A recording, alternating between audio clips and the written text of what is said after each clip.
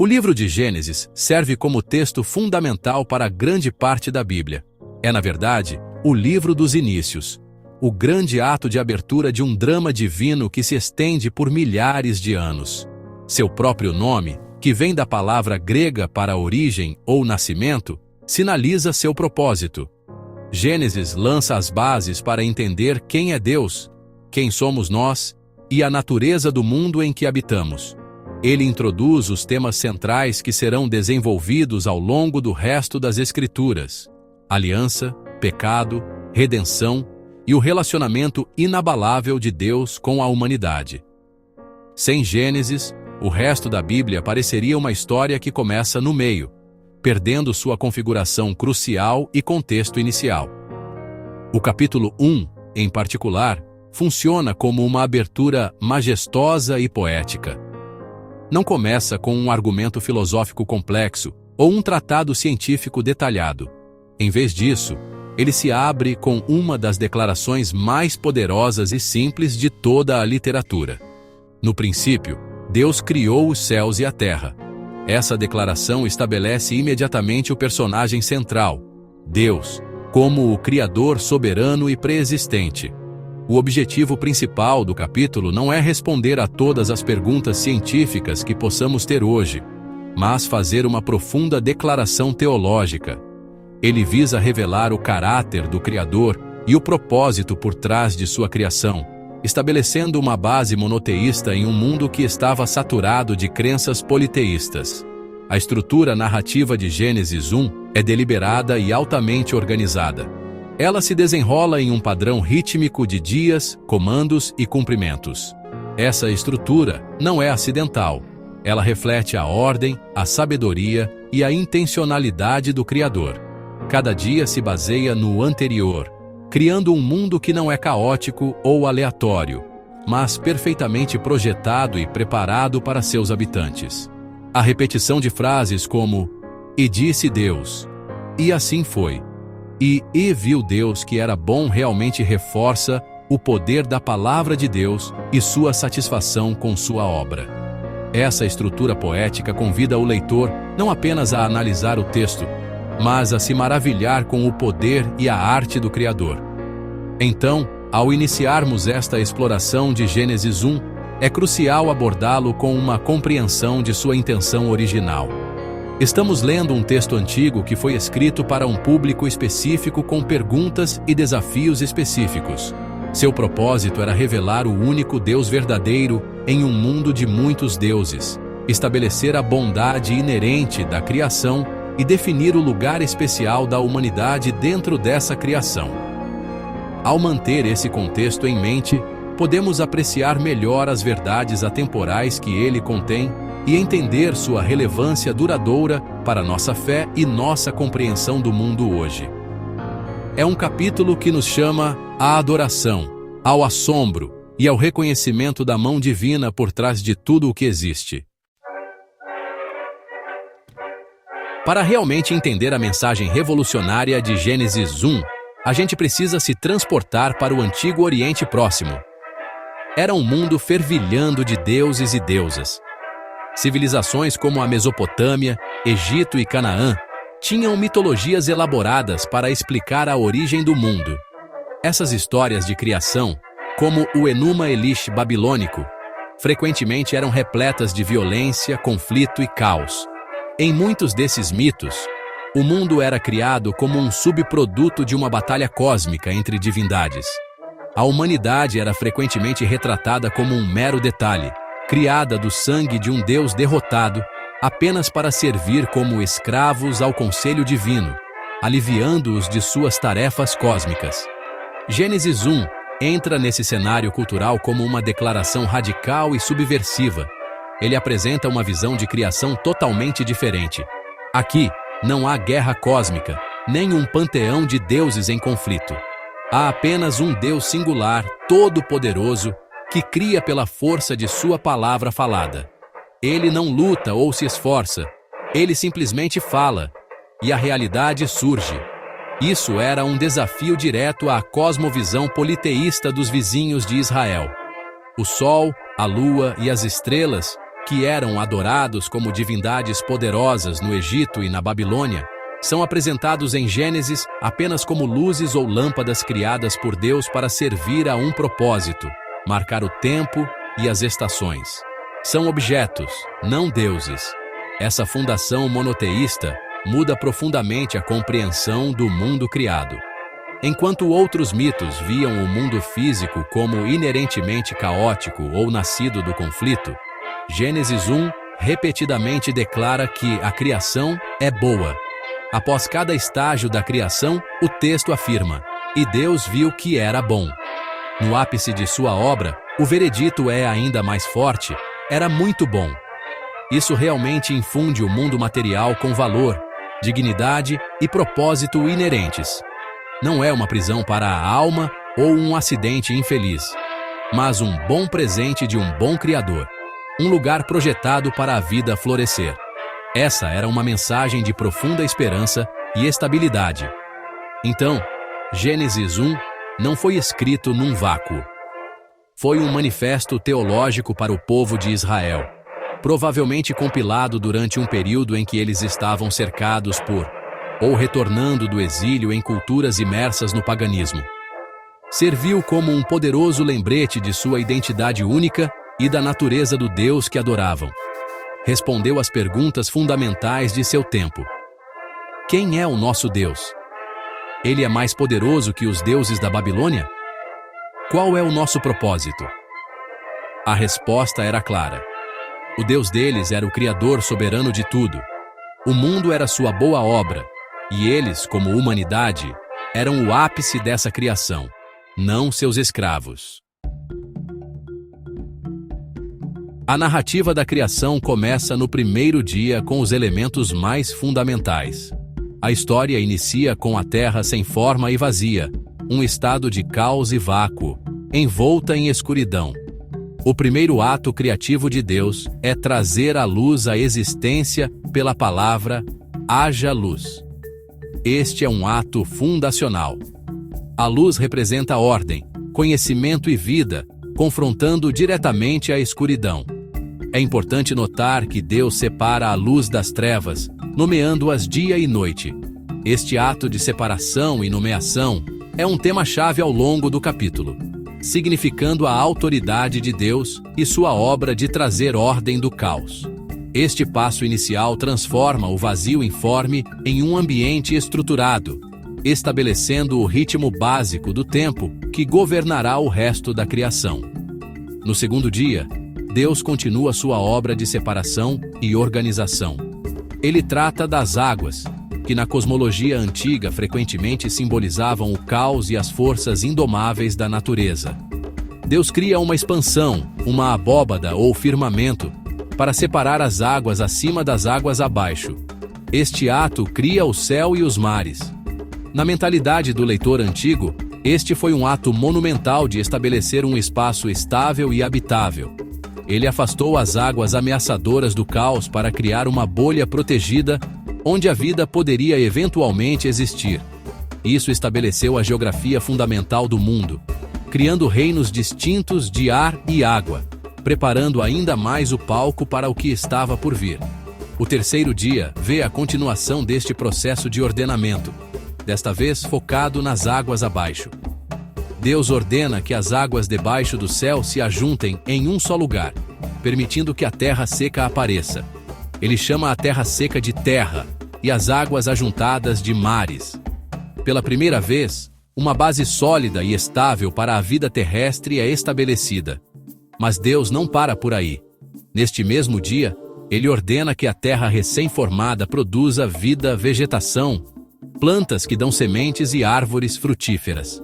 Esta é a primeira aparição de vida biológica na narrativa, transformando a terra estéril em um ambiente exuberante e sustentador de vida, pronto para sustentar as criaturas que em breve o habitarão. Estes primeiros 3 dias podem ser vistos como os dias de formação ou estruturação. Deus pega o estado inicial de sem forma e vazio e lhe dá forma. Ele cria os espaços e domínios fundamentais do cosmos: tempo, dia e noite, céu e mares, e terra fértil. Cada dia se baseia logicamente no anterior, demonstrando um plano mestre em ação. O mundo está sendo meticulosamente preparado, como uma casa sendo construída e mobiliada antes da chegada de seus ocupantes. O palco está agora montado. Os reinos da luz, água, ar e terra foram estabelecidos, e o ambiente está pronto para ser preenchido com habitantes vivos. Depois de passar os 3 primeiros dias dando forma ao cosmos, Deus dedica os 3 dias seguintes a preencher os reinos que Ele criou. Existe uma simetria linda aqui. O dia 4 corresponde ao dia 1. No dia 1, Deus criou a luz e a separou da escuridão. Agora, no dia 4, Ele preenche esse reino de luz com portadores de luz específicos. Ele cria o sol para governar o dia e a lua para governar a noite, junto com as estrelas. O texto é cuidadoso ao descrevê-los como luzes no firmamento do céu, reforçando seu status de objetos criados, e não de divindades. O propósito deles é claramente definido: servir como sinais para marcar tempos sagrados, dias e anos, e para iluminar a terra, cumprindo a função da luz criada no primeiro dia. O dia 5 é paralelo ao trabalho do dia 2. No segundo dia, Deus separou as águas e criou o céu. Agora, no quinto dia, Ele preenche ambos os reinos com criaturas vivas. Ele fala: e as águas pululam com enxames de criaturas vivas, e o céu se enche de pássaros. Isso é uma explosão de vida dinâmica e em movimento. Pela primeira vez, Deus oferece uma bênção específica, dizendo a essas novas criaturas para serem frutíferas e se multiplicarem e encherem as águas nos mares, e que as aves se multipliquem na terra. Essa ordem de multiplicar e florescer ressalta o desejo do Criador por um mundo transbordando de vitalidade e abundância, um contraste marcante com o vazio inicial. Finalmente, o dia 6 corresponde ao dia 3. No terceiro dia, Deus criou a terra seca e a vegetação. No sexto dia, Ele preenche essa terra com seus habitantes. Deus ordena que a terra produza seres vivos conforme suas espécies: rebanho, animais que rastejam pelo chão e animais selvagens. A terra, que foi tornada fértil no dia 3, agora se torna lar para uma diversidade de vida animal. Isso completa o preenchimento dos reinos criados. O céu tem seus pássaros, os mares têm seus peixes e a terra tem seus animais. O mundo não está mais vazio, ele está povoado, vibrante e repleto de vida, tudo existindo em um estado de harmonia. A culminação do dia 6, no entanto, marca o auge da obra criativa de Deus. Depois de formar e preencher o mundo, Deus anuncia uma criação especial. Façamos o homem à nossa imagem, conforme a nossa semelhança. Este é o momento para o qual toda a narrativa tem se construído. A humanidade não é apenas mais uma criatura. Eles são criados à própria imagem de Deus e recebem um papel único de domínio, ou mordomia, sobre o resto da criação. Este ato completa a obra. A casa foi construída, os cômodos foram mobiliados, e agora os representantes do Mestre, que refletem seu caráter, são colocados dentro dela para cuidar. A criação agora é muito boa. Após 6 dias de atividade criativa proposital e poderosa, a narrativa de Gênesis capítulo 1 muda drasticamente. O 7º dia é diferente de todos os outros. Neste dia, não há comandos divinos para criar algo novo. Não há separação, nem formação, nem preenchimento. Em vez disso, o texto afirma que Deus descansou no 7º dia de toda a sua obra que havia feito. Esse conceito de Deus descansando é, honestamente, muito profundo. Não é um descanso nascido de exaustão ou fadiga, já que um ser todo-poderoso não se cansa. Em vez disso, é um descanso de conclusão, satisfação e celebração. A obra-prima está terminada, e o artista cessa sua obra para apreciá-la. Esse ato de descanso divino eleva o 7º dia a um status especial. O texto diz que Deus abençoou o sétimo dia e o santificou. Esta é, de fato, a primeira vez na Bíblia que algo é declarado santo, ou sagrado. Não é um lugar ou um objeto, mas um período de tempo. Ao santificar o sétimo dia, Deus insere um ritmo sagrado no próprio tecido da criação e do tempo. Ele estabelece um padrão de trabalho e descanso, de atividade e contemplação, que se destina a ser um modelo para o ápice de sua criação, a humanidade. O sábado não é um detalhe, é o clímax da semana da criação, o objetivo para o qual tudo estava caminhando. A importância desse descanso divinamente instituído realmente não pode ser exagerada, especialmente para os antigos israelitas. Mais tarde, seria codificado nos 10 mandamentos como a lei do sábado. Esta era uma prática única no mundo antigo. Embora outras culturas tivessem festivais e feriados, o ritmo semanal de cessar todo o trabalho para se concentrar em Deus e na comunidade era uma marca distintiva da identidade de Israel. Era uma declaração semanal de liberdade, lembrando-os de que não eram mais escravos no Egito, forçados a um trabalho incessante. Era um sinal de sua aliança com Deus, reconhecendo-o como o Criador e mantenedor que provê para suas necessidades, permitindo-lhes confiar nele o suficiente para parar de trabalhar. Em um sentido teológico mais amplo, o sétimo dia aponta para uma paz e integridade supremas, um conceito que a Bíblia mais tarde desenvolve como: representa o estado ideal da criação, onde tudo está em perfeita harmonia com o Criador e consigo mesmo. O trabalho está completo, o mundo é muito bom e Deus habita em um relacionamento pacífico com sua criação. Isso prefigura a esperança máxima da redenção, uma futura restauração de todas as coisas, uma nova criação onde a humanidade entrará no descanso eterno de Deus. O sábado é, portanto, tanto um memorial de uma criação perfeita no passado, quanto uma promessa de uma recriação perfeita no futuro. A criação da humanidade no sexto dia é apresentada como um evento distinto e culminante.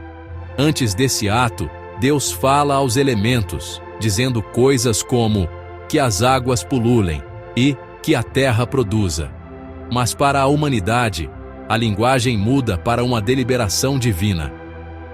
Façamos o homem à nossa imagem, conforme a nossa semelhança.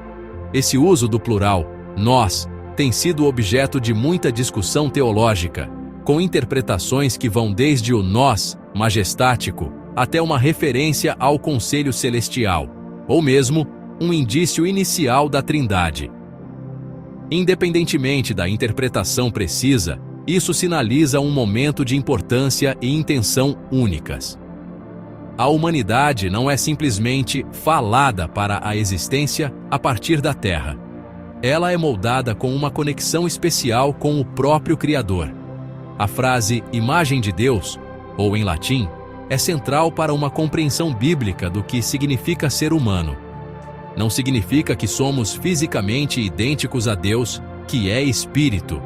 Em vez disso, refere-se a um reflexo dos atributos comunicáveis de Deus.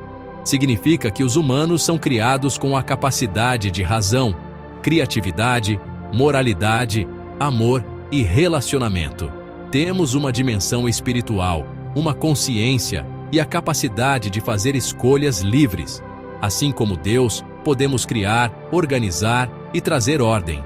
Essa imagem divina confere uma dignidade e um valor inerentes a cada ser humano, independentemente de sua idade, habilidade, raça ou status social. Esse status de portadores da imagem está diretamente ligado ao papel dado à humanidade. Imediatamente após sua criação, Deus os abençoa e lhes dá um mandato: sede fecundos e multiplicai-vos, enchei a terra e sujeitai-a. Dominai sobre os peixes do mar, sobre as aves dos céus e sobre todo ser vivente que se move sobre a terra. Esse domínio não é uma licença para exploração ou tirania. No contexto de um Criador bom e amoroso, é um chamado à mordomia responsável. A humanidade deve agir como vice-regentes de Deus na terra, cuidando, gerenciando e cultivando a criação de uma forma que reflita o caráter do rei que eles representam. Nosso governo deve ser como o dele, sábio, justo e vivificador. Esse ensinamento foi revolucionário no mundo antigo, onde um rei ou faraó poderia ser considerado a imagem de um deus, mas o conceito nunca foi aplicado a toda a humanidade. Gênesis democratiza esse status real, declarando que todo homem e mulher carrega a imagem divina. Isso tem implicações profundas. Significa que toda pessoa merece ser tratada com respeito e honra. Forma a base para os direitos humanos e a justiça. Dá propósito e significado às nossas vidas, pois somos chamados a refletir o caráter de Deus em nossos relacionamentos uns com os outros e em nosso cuidado pelo mundo que Ele nos confiou. O primeiro capítulo de Gênesis é, honestamente, um dos textos mais debatidos da Bíblia, e cristãos ao longo da história o abordaram a partir de vários ângulos interpretativos. É importante entender que essas diferentes visões não são necessariamente mutuamente exclusivas e, muitas vezes, buscam responder a diferentes tipos de perguntas. Uma das abordagens mais conhecidas é a interpretação literal, ou criacionismo da Terra Jovem. Essa visão defende que os dias de Gênesis são 6 períodos literais de 24 horas que ocorreram em um passado relativamente recente, talvez 6.000 a 10.000 anos atrás. Os defensores dessa visão frequentemente veem o texto como um relato histórico e científico direto das origens, enfatizando o poder de Deus para criar o universo em um curto espaço de tempo. Outra perspectiva comum é a visão dia-era, que se enquadra em uma categoria mais ampla do criacionismo da Terra Antiga. Essa interpretação sugere que a palavra hebraica para dia, ou também pode significar um período de tempo mais longo e indefinido. Nessa visão, os dias de Gênesis representam vastas eras geológicas, permitindo que o relato da criação seja harmonizado com as compreensões científicas modernas da idade da Terra e do universo. Os defensores argumentariam que a sequência de eventos criativos em Gênesis, luz, atmosfera, terra, plantas, vida marinha, animais terrestres, humanos, guarda uma notável semelhança com a ordem geral descrita pela ciência moderna, sugerindo que o texto é cientificamente presciente, mesmo que não seja cientificamente preciso. Uma terceira abordagem importante é a hipótese do arcabouço, que vê o capítulo principalmente como um texto teológico e literário, e não científico ou cronológico. Essa visão destaca a estrutura poética do capítulo, particularmente o paralelo entre os 3 primeiros dias de formação e os 3 últimos dias de preenchimento. O dia 1, que é luz e escuridão, é paralelo ao dia 4, sol e lua. O dia 2, céu e mar, é paralelo ao dia 5, pássaros e peixes. E o dia 3, terra e plantas, é paralelo ao dia 6, animais e humanos. Nessa interpretação, a semana é um arcabouço literário usado pelo autor para ensinar profundas verdades teológicas sobre Deus como o Criador ordenado e o sábado como o clímax de sua obra, e não para fornecer uma linha do tempo sequencial de eventos.